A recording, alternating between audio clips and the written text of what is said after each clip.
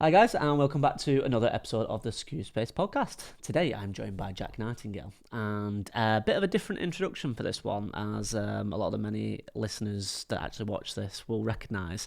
Jack's actually broke out a book called The Passage Brokers, and basically I'm going to let Jack describe a little bit about that in a couple of minutes, because it basically will provide the rationale as to what we are speaking about today. But before we get into that, Jack, are you okay just to let the audience know a little bit about yourself, if that's okay? Yeah, of course. So I've been in the industry for around 7 years now. I'm currently a senior intelligence analyst at Flashpoint. My background is a mix of cyber as well as like physical related threat hunting. I started out doing like cyber related stuff, so monitoring for threat actors, digging into the underground forums and like Telegram, a lot of the deep dive or deep web communities and stuff. And then I kind of progressed into the whole kind of like counterterrorism, physical security space. Joining Flashpoint on their counter-terror and physical security team, and now kind of like a mix of both. So doing a bit of physical security and cyber. That's kind of like more or less my background as well as what I do at the minute. That's okay. No, bro. So, it's not everyone's random hobby to write a book, Jack. So, where did the Passage Brokers actually come from then? So it started off as kind of like a passion project. I'm interested in most types of kind of like criminality, particularly kind of like physical threats, so like the counter-terror side of things. And I saw how much kind of like attention a lot of the illegal migration and like crossings were getting within the news recently. But there was a lot of focus on the migrants particularly, and them receiving a lot of negative attention, where in fact a lot of the people perpetrating this activity is actually the human smugglers behind the operations. They're facilitating it, advertising it, and essentially like preying on these people in order to, gain their money and get them across these borders illicitly. I'm a big fan of books as a format, and I kind of wanted to produce something that's somewhat close to me and my interest, with an actual output, because a lot of my work it kind of just goes into the abyss, and I don't really hear too much about it, because a lot of it's kind of like somewhat private. So having something that's kind of like more public facing, it's just it's quite nice and rewarding to have, really. Absolutely, no, terrific, and that pretty much segues into the rationale as we first discussed. So, as Jack very well mentioned, illegal migrants is a very, very topical issue in the news at this moment in time. But on the surface, it's exactly what Jack says. It's a lot of them kind of get scrutinised in the sense of like, oh, they're here, they're taking our jobs, they're flooding our streets and causing violence. But when you take it one step further, like Jack has mentioned, there is organisations behind this, like the human smuggling system. It's like an organisation in itself, isn't it? So I suppose that's kind of like where we're going to get into today, is actually going one step further and actually understanding these ecosystems, how the business works, and actually shedding a little bit of light to it.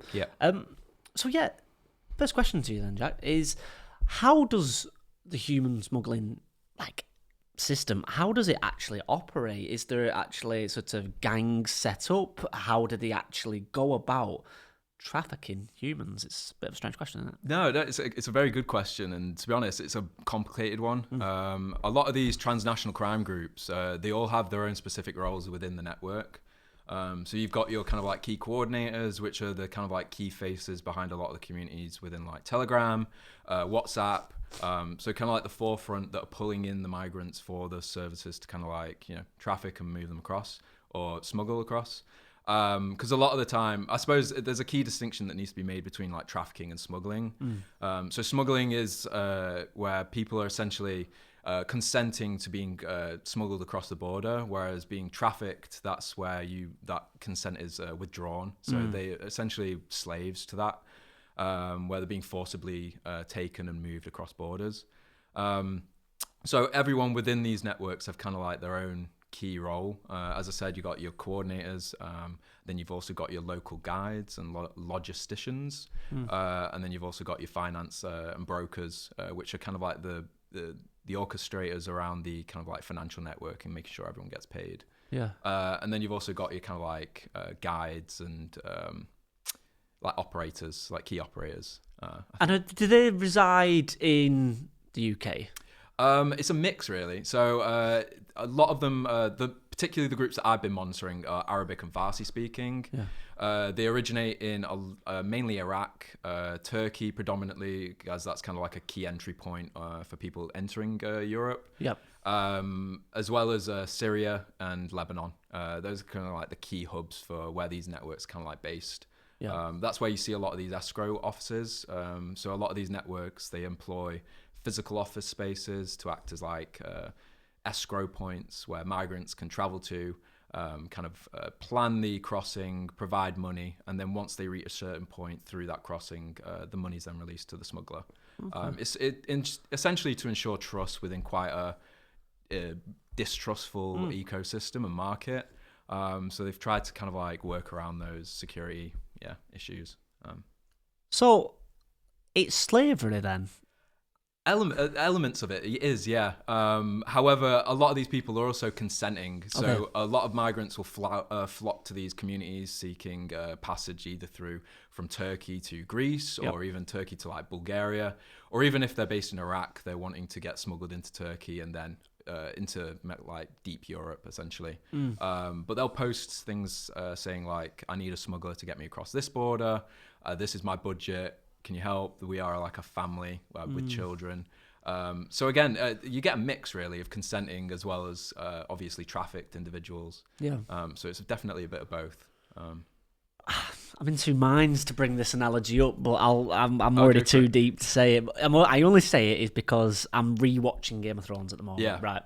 And it just brought my mind back to the episodes around Marine and Slaver's Bay, and like how at one point the slavers wanted to get sold back into slavery as like a purpose, and how they can actually earn money for their families, and it just brought it back to the fact that, like, yes, that is a fantasy, sci-fi, whatever you want to call Game of Thrones, but it's happening in real life. Like, literally, people would rather be involved in the human smuggling ecosystem than, like you say, live in these third world countries, where it is actually a better life to be a slave. Is that correct? Oh, I mean, there's definitely elements to it. They're willing to essentially travel from these intolerable conditions and working environments in order to essentially create a better life for them and their family. They put themselves through risk of like organ harvesting, actual torture. I mean, a lot of these communities, you can see other migrants sharing videos of other migrants getting stabbed over like payment disputes. It's incredibly kind of like violent and aggressive market and ecosystem. So having the kind of like motivation and guts to actually go through that, I feel like that's something in itself. So yeah, I feel like a lot of the negativity that's being pointed at migrants at the minute, I feel like it's somewhat misdirected to where it should be actually pointed to the smugglers themselves. Yeah, it's quite it's quite devious, isn't it? That they're the ones behind it, and that there is a system all set up with this. Yeah, very much so. I suppose, at the risk of not glorifying it by any means, but like, if they are consenting into it, how do you? Why are you dedicating time and resource to providing information possible to LEAs who be like, look, they've consented to it. Like, we can't do much. There's no cause. You know what I mean? What if the reports stop there because they don't want to be saved? Yeah, I'm saying a lot of sweeping statements here, but you know where I'm going with it. Yeah, no, I do understand. Is that difficult? I mean, it's definitely difficult because it kind of undermines a lot of legal processes. Obviously, if people are willing to travel illegally, there's obviously issues with those legal kind of like migration processes. A lot of these smugglers will undercut. So obviously the cost in order to go through the legal migration process to enter the UK, it's a lot more expensive than if you were to pay like 500 to £1,000 to get on one of these boats and travel across the border. A lot of these smugglers will also use language like guaranteed crossing, essentially kind of ensuring that these people get across without harm. When in fact they're stuck on a boat with 50 other people in terrible conditions, wearing really substandard kind of like life jackets and safety equipment. So I think there's there's an element of combating the perception and how people are more willing to kind of like go through the illegal routes, and also targeting the deceptive tactics that smugglers are using in order to kind of like convince a lot of these migrants to actually take on their services. Yep. Because within these group chats, they'll use a lot of romanticized media of like the UK and Europe, painting it as this like beautiful kind of area, nation rife with work, when in fact it's got a lot of the same struggles that a lot of these people are coming from, facing violence, and ultimately when you're getting into a country without those kind of like legal identifiers like your national ID card, you can't work, and then you're obviously subject to like slavery and more of like the illicit market and stuff, so you end up in crime essentially. So it's a slippery slope, and I suppose targeting the smugglers, they're a key aspect of that, and bringing these people in, it's they're the entry point essentially. Yeah, and you kind of brought me back there to my English GCSE actually, with the American dream and how everyone chased this idyllic concept of like say getting a bit of land and being able to work and being financially free, but as it was later told in the American dream concept, I can't remember if it were of Mice and Men or something.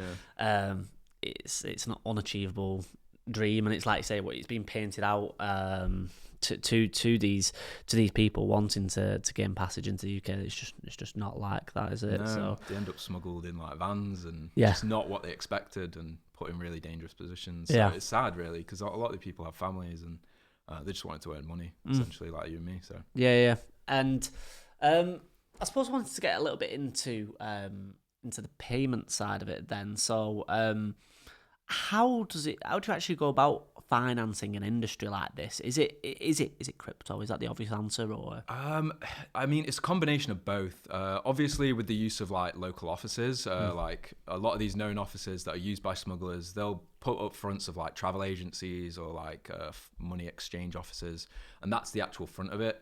Whereas behind the scenes, they're actually leveraging things like Hawala payments, where it's like anonymized international payments. As well as just like, obviously, like you said, crypto. USDT is quite a popular kind of like crypto. Obviously, it's bound by the dollar, and the dollar has a lot of weight across the Arabic nation, as well as Europe, really. So it's a consistent value. Yeah, and you see that used a lot. So yeah, it's definitely a combination of cash and crypto. It's complex, really. Yeah, network. And staying on the lines of the actual being able to facilitate this organisation that I keep on referring to it as. Yeah. You've mentioned Telegram often gets used as like the encrypted platform where the communication channels are happening. Yeah. If we are aware that it is Telegram, why is not more Telegram monitoring happening? Do you know what I mean? Like if we know that that's the platform, surely we can start going down. Or obviously, I appreciate that Flashpoint has a lot of good Telegram coverage. Yeah. So, but if we know the platform where it's happening, why can't we just tap in and have a look at this conversation? Do you know what I mean? I think that's a good question, to be honest. I feel like that's what law enforcement should be doing. A lot of these chats communicate openly. They have thousands of members. Given that they are a lot in kind of like the native language where a lot of these migrants are from, which is also kind of a key point to take for like journalists as well as like investigators. When investigating these transnational crime groups, it's important to kind of like use a lot of the local language and keywords that they use. Particularly on Telegram, Telegram's mainly used as like an advertising platform. People have really good OPSEC on there where they'll set up kind of like dummy accounts in order to spread propaganda, or where the kind of like key account which they monitor or kind of operate from, that's kind of kept secure behind other closed doors. So there's a little bit more operational security on Telegram where they can operate without necessarily exposing themselves. Yeah, too much.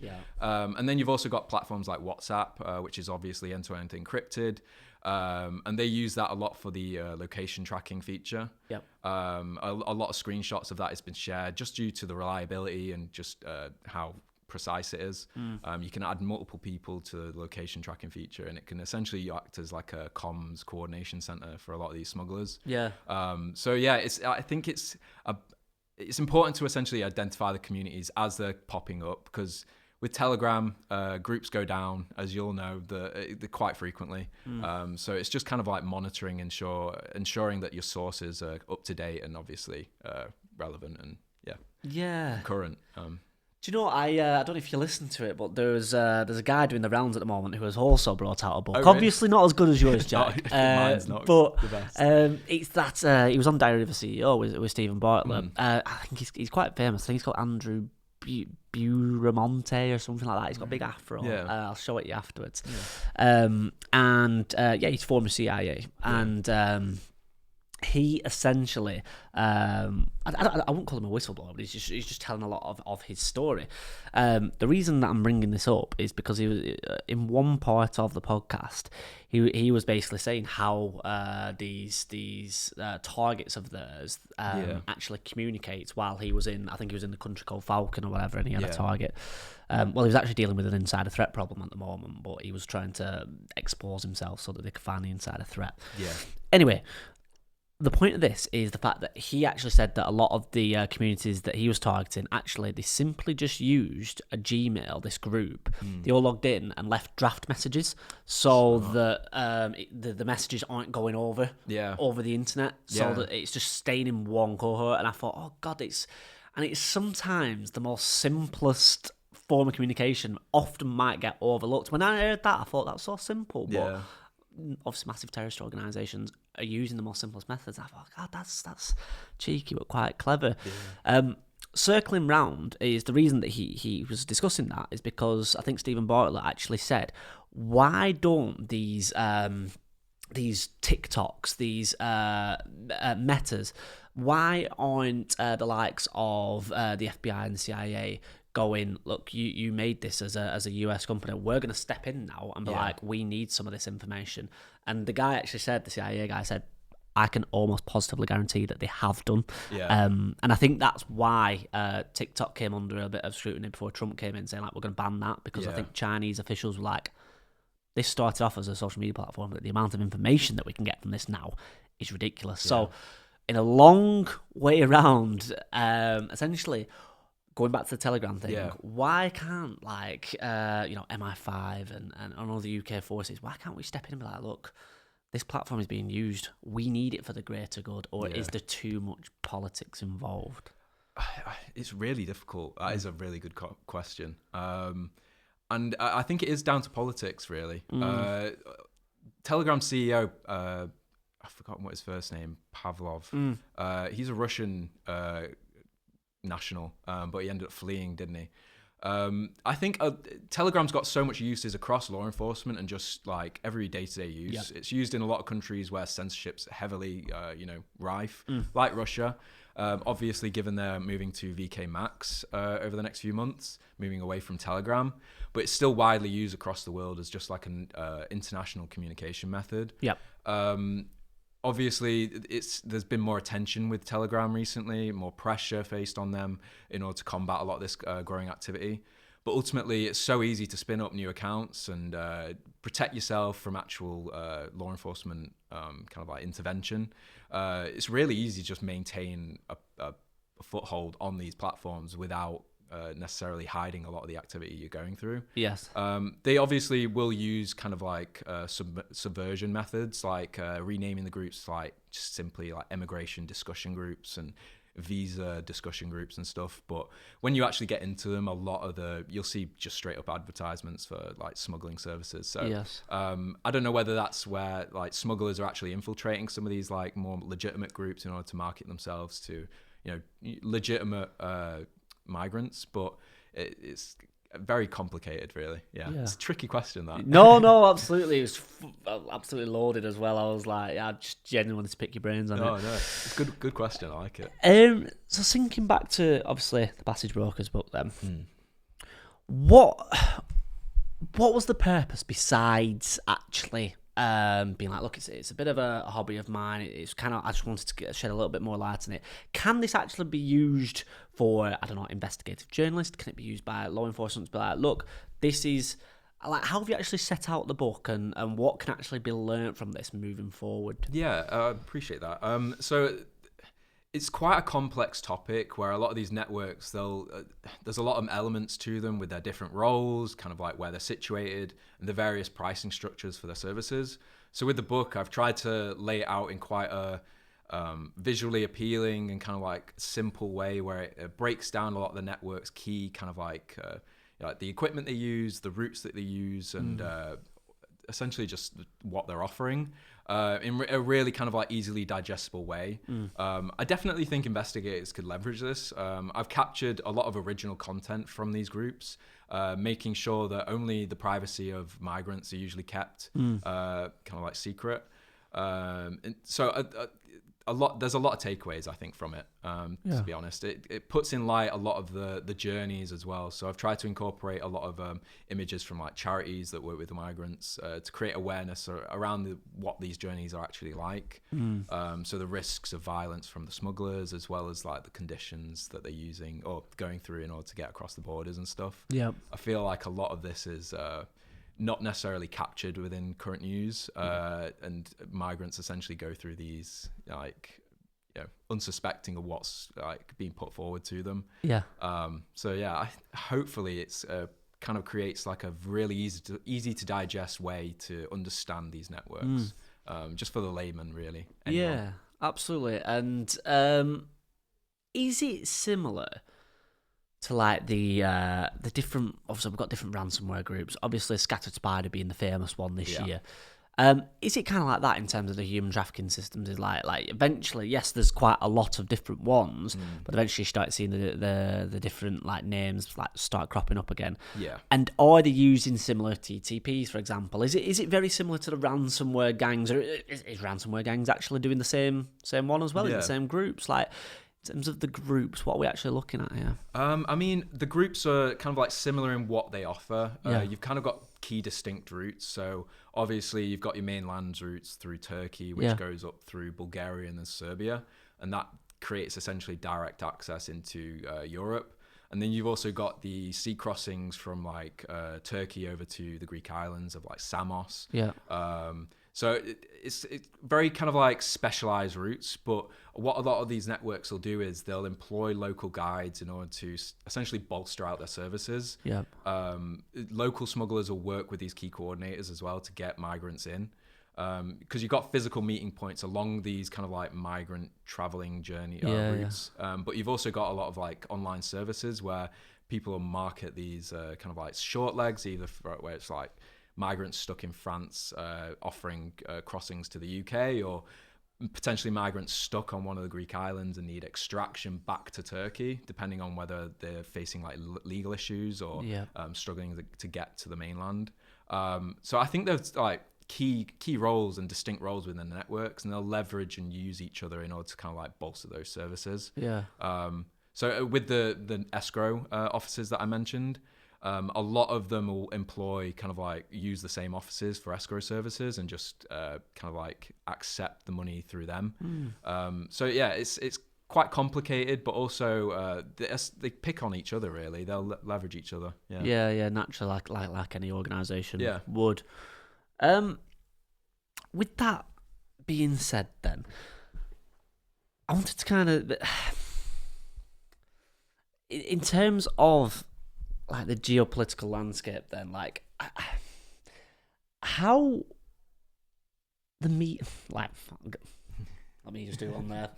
So the media, why does the media only portray then that the migrants are the be and all cause of all this violence then, if it is people like yourself working tirelessly to be like, no, you need to go one step further here? Because as we know, the media is it's a very strong tool and will influence the masses, but I don't see any light being shone on what we've discussed today. So why are they demonizing these migrants? I think they're essentially the direct result of a lot of this activity. So a lot of people may not have the visibility that we do. So looking into some of these dark web communities, I feel like there should be more being done by the media in order to kind of like bring light to a lot of these groups, because a lot of them are acting without kind of like scrutiny. They're essentially going about their day without knowing that they won't face impacts from law enforcement. you see a lot of what they call smugglers when they're conducting or staging sea crossings from either France or even like one of the Turkish borders. Smugglers, if they're intercepted mid kind of crossing, smugglers will end up departing the boat and then trying to swim back to either the Turkish or French shore, just because they know that local law enforcement will just end up letting them go, and they can get back to doing their work on the same day usually. So there's definitely needs to be more being done by law enforcement, because as you said, it's so obvious. Like these people are getting across somehow, and there's clearly a lot of money being involved. Because if like 30 to 40 people are coming across per day, like that could be 500 to $5,000 per person, depending on how which smuggler they went through and what like type of boat they used.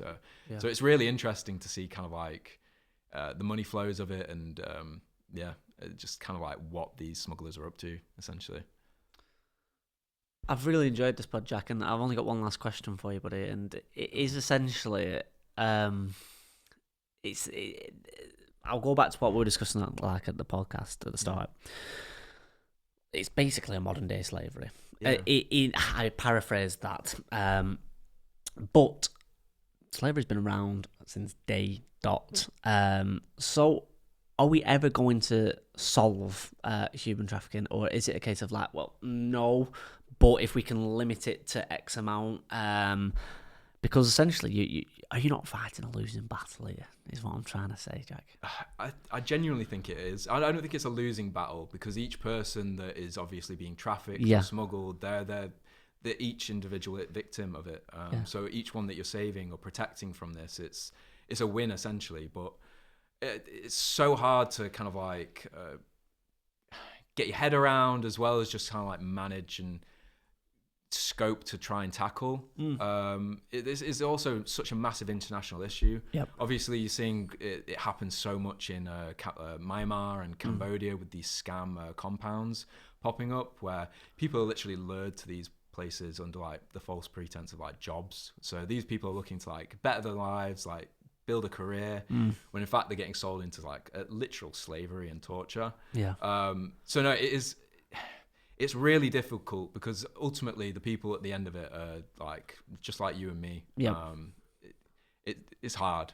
It's not an easy one. No, you've answered that terrifically, and it shows a testament as to why you're perfect for the job that you do, Jack. And it is literally a case of you doing it simply from the goodness of your heart, and like you say, like you're like, no, we can solve a problem here. And like you say, if you're doing it just to save one person's life, then absolutely fantastic. So if that isn't reason enough to go out and check Jack's book out, then I don't know what is. But if anybody has any questions for what Jack has raised today, it's obviously a very, very sensitive subject as well.